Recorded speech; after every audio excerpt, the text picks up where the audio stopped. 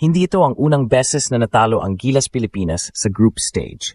At kung may dahilan para huwag mataranta sa pagkatalo nila kontra Chinese Taipei sa FIBA Asia Cup 2025, ito na yon. Balik tanaw tayo sa Asian Games 2023 sa Hangzhou, kung saan natalo rin ang Gilas sa group stage at hindi basta-basta, kundi sa kamay din ng isang powerhouse team, Jordan. Pero alam natin ang nangyari sa dulo. Gilas ang ginulat ang buong Asia at tinapos ang torneo bilang kampyon, tanga ng gintong medalya matapos talunin mismo ang Jordan sa final. Ngayong 2020 film, tila na ulit ang eksena. Bumagsak ang Gilas kontra Taipei sa unang laro, pero hindi pa dito nagtatapos ang laban.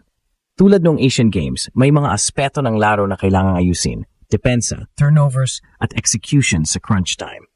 Pero malinaw rin ang isa pang bagay, may lalim, may firepower, at may pride pa rin ang Gilas.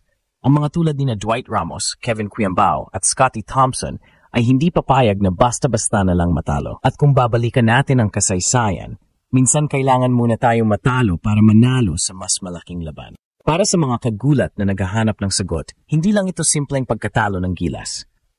Marami ang nagtatanong kung ito ba ay bahagi ng isang mas malaking plano ni Coach Tim Cone.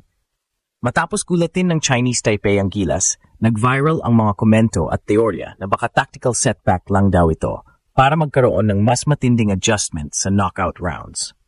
Balikan natin ang nakakagulat na istorya noong Asian Games 2023. Kung saan natalo din ang Gilas sa group stage sa kamay ng Jordan. Sa kabila ng matinding batikos, nagawa nilang bumalik na mas malakas, tinanggal ang host China sa semis, at sa finals, binawi ang kanilang pagkatalo sa Jordan para masungkit ang ginto. Kaya ang tanong ngayon, inaasahan na ba talaga ang talo sa Taipei? Posible bang sinadya ito upang makuha ang underdog mentality na nagdala sa kanila sa ginto noon? Sa gitna ng mga espekulasyon, nananatiling nasa ilalim ng matinding pressure ang Gilas.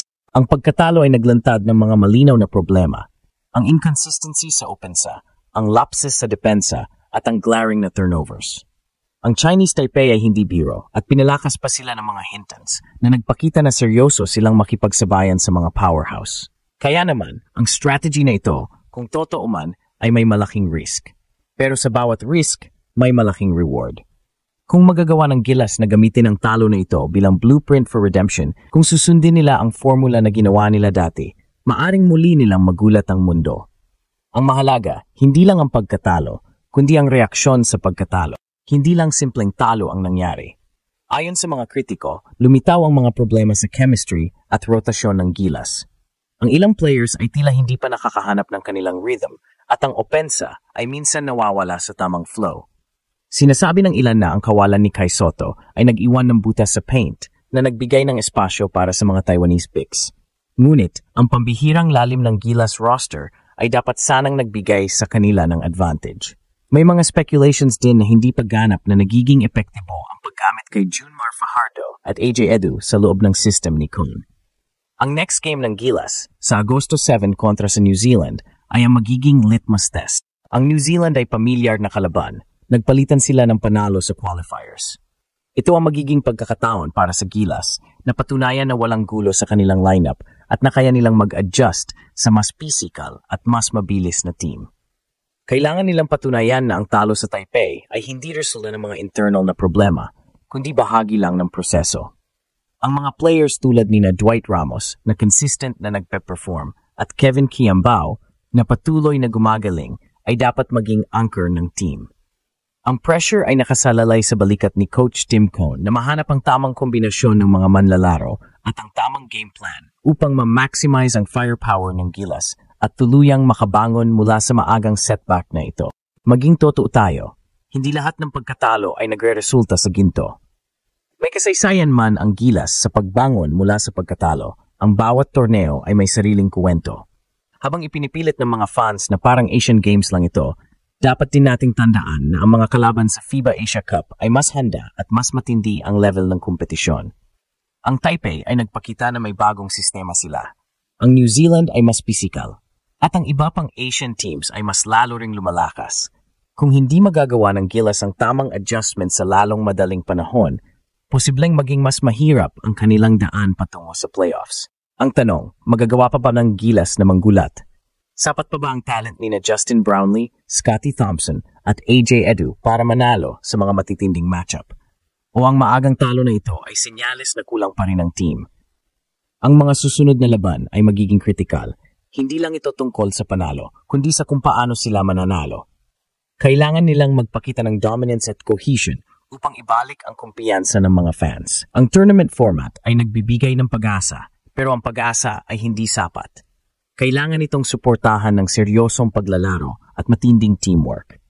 Kung magagawa nilang baguhin ang daloy ng laro at muling makabangon, tiyak na mabibigyan nila ng kasagutan ang mga kritiko at mapapatunayan nilang sila pa rin ang paborito sa ginto. Sa huli, ang unang pagkatalo ng Gilas sa FIBA Asia Cup ay nagbunga ng matinding pag-uusisa at pagdududa, ngunit ito rin ang nagbukas ng pinto para sa isang pamilyar na kwento ng pagbangon.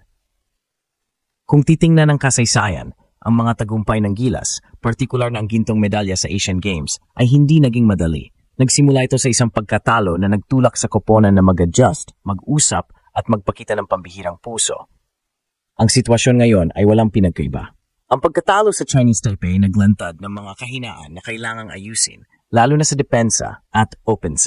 Ngayon, nasa balikat ni Coach Tim Cone at ng buong team ang responsibilidad na muling buhayin ang espiritu ng pagiging underdog na nagdala sa kanila sa tuktok. Ang susunod na laban kontra sa New Zealand ay magiging litmus test sa kung gaano kabilis makakapag-adjust ang Gilas. Hindi sapat ang talento, kailangan ng disiplina, cohesion at matinding will to win. Ang mga manlalaro tulad ni Justin Brownlee, Dwight Ramos at Scotty Thompson ay inaasahang maging leader at magpataas ng level ng laro ng buong team. Sa bawat dribble, pasa at depensa sa court, ang Gilas ay hindi lang naglalaro para sa panalo, kundi para patunayan na ang kanilang maagang pagkatalo ay simula lamang ng isang mas epikong pagbabalik.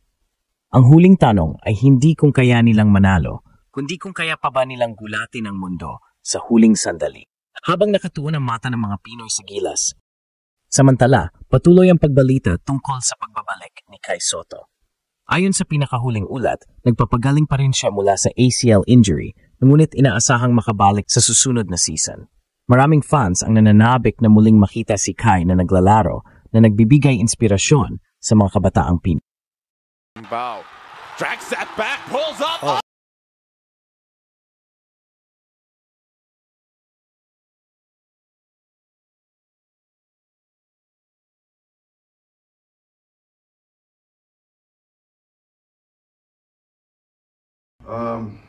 Disappointed in the way we played. We got